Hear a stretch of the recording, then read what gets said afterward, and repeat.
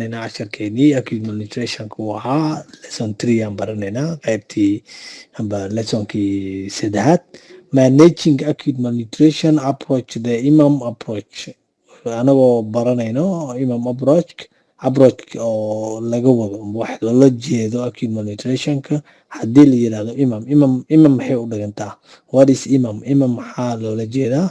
IMAM is standing for, IMAM waxay u taagan tahay integrated management acute malnutrition. Ayadu waa integrated, M waa management, ayadana waa acute, M waa management. It is a community and facility based approach to manage acute malnutrition. Wow, base ahaan bulshada community-ga iyo bulshada oo xarumaha caafimaadka ayay base u tahay habka looga maareynayo ama wax loo qabanayo imamkan waa isku jir waye, nafaqa daradii waxyaabo badan isku imaadeen waye, sida bukaan socodkii, bukaan jiifkii iyo isku darkood weeye. Marka habka ay wax u qabanayaan ama habka ay u shaqeynayaan waa imam marka waa approach oo isku imaaday weeye. Basic principle ay leeyihiin imamka access oo and higher coverage, inay sameeyaan adeegi la heli kale inay noqdaan, adeegi haddana meel walba ay dabooli karaan inay noqdaan.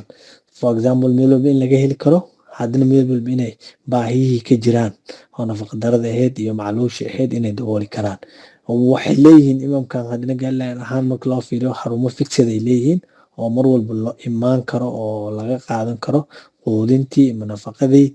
Xarumo waxay leeyihiin mobile sites oo mobile sites ay leeyihiin, meelo oo xarumo guguuro oo meel walba maalin meel ay tagaan. Xarumo waxay leeyihiin amba waxay leeyihiin tiimam ka shaqeeya guryaha dadka aada oo CNWS la yiraahdo, community health worker ah, oo guri walba intay qofka ugu tagaan hadduu adeeg u baahan yahay ay soo refer gareeyaan ama ay soo ogaadaan timeness xilligii looga talagalin ay ku tagaan. Marka ujeedada imamku waa intaa, to treat acute malnutrition, waa in nafaqa darada oo acute oo soo boodada la baabi'iyo before additional medical complication, intaysan noqon mid ka medical complication caqabado kale oo caafimaad daro wadato aka referral, oo hadday arkaan waa inay sii refer gareeyaan. Waa sectoral integration waaye, qeybo isku jiro waaye. Nafaqa darada marka laga hadlayo qeybo isku jiro waaye with a program service oo adeega dhameystiran ay ku kooban yihiin, including waxaa kamid ah healthga kamid ah, nutrition educational kamid ah, in dadka la baro waxay nafaqa darada sababta iyo meelaha ka imaado, promotion loo sameeyo exclusive breastfeeding ah, naas nuujinta joogtada oo xilli walba maamada ay ku dhiirigto inay siiso naaskeedii ilmaheedii ay cunto fiican oo balance diida. Hygiene inay ku dadaasho, haddaysan hygiene jirin cuduradii ay iska imaan karaan oo mar walba halistay ku jirtaa oo nafaqa daradii mar walba meel kaama jirto way kula joogtaa. Food security aa loo baahan yahay, in cuntada unugan loogu talagalay amba la siiyey in si saxan uu u qaado. Interventionka la sameynayo waa protection for the child, in la helo unugan inuu wixii loogu talagalay qoondadiisa ahayd, garaankiisa ahayd ama maalintii intii loo qoonday in la siiyo. Capacity building, inay helaan staffka oo training ahaan ongoing support si ay u support gareeyaan adeegyadan caafimaadka. Marka core components jira oo imam ah. Core components waa program ahaan imam laisku yiraahdo. Imamku marka waxaa loo kala qaadaa SAM iyo MAM. SAMku waxaa loo kala qaadaa laba nooc, outpatient for some without complication iyo inpatient for some with complication.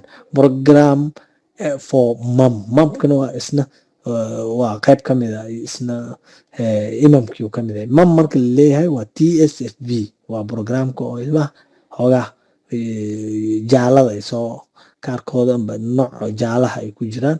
Waa SAM OTB waaye, without complication waaye.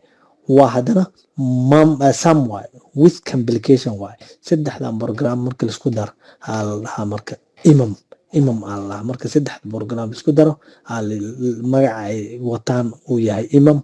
Code of components marka imamka marka imam sharax haddii lagu dhaho ama imam lagu weydiiyo, waa saddexdan markay isku imaadaan aa loo yaqaanaa imam.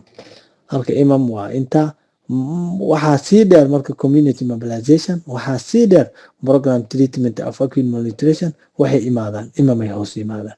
First you need to target group, dadka targetkana in la ogaado way fiican tahay, children under 5 years or 59 months. Mina 5 years inuu jiro unuga ama 59 months inuu jiro waa isku midkii, ama pregnant and lactate women, naagaha uurka leh iyo naagaha nuujisada from second trimester, from 4 months, second trimester iyo 4 months waa hadana way isu dhimaan. Lactating baby under 6 months, yaa ilmaha lixda bil ilmaha ka yar maamooyinka ay nuujiyaan oo lactating ah. Intaaba waa target groupkeeni waaye. casharkeeni maanta intaan ku arkaynaynaa. Hada wabillahi tawfiiq. wixii comment su'aalaha kii hore iyo kan haddaba waa inoo furan yihiin insha Allah. Asalaamu calaykum waraxmatullaahi wabarakaatu.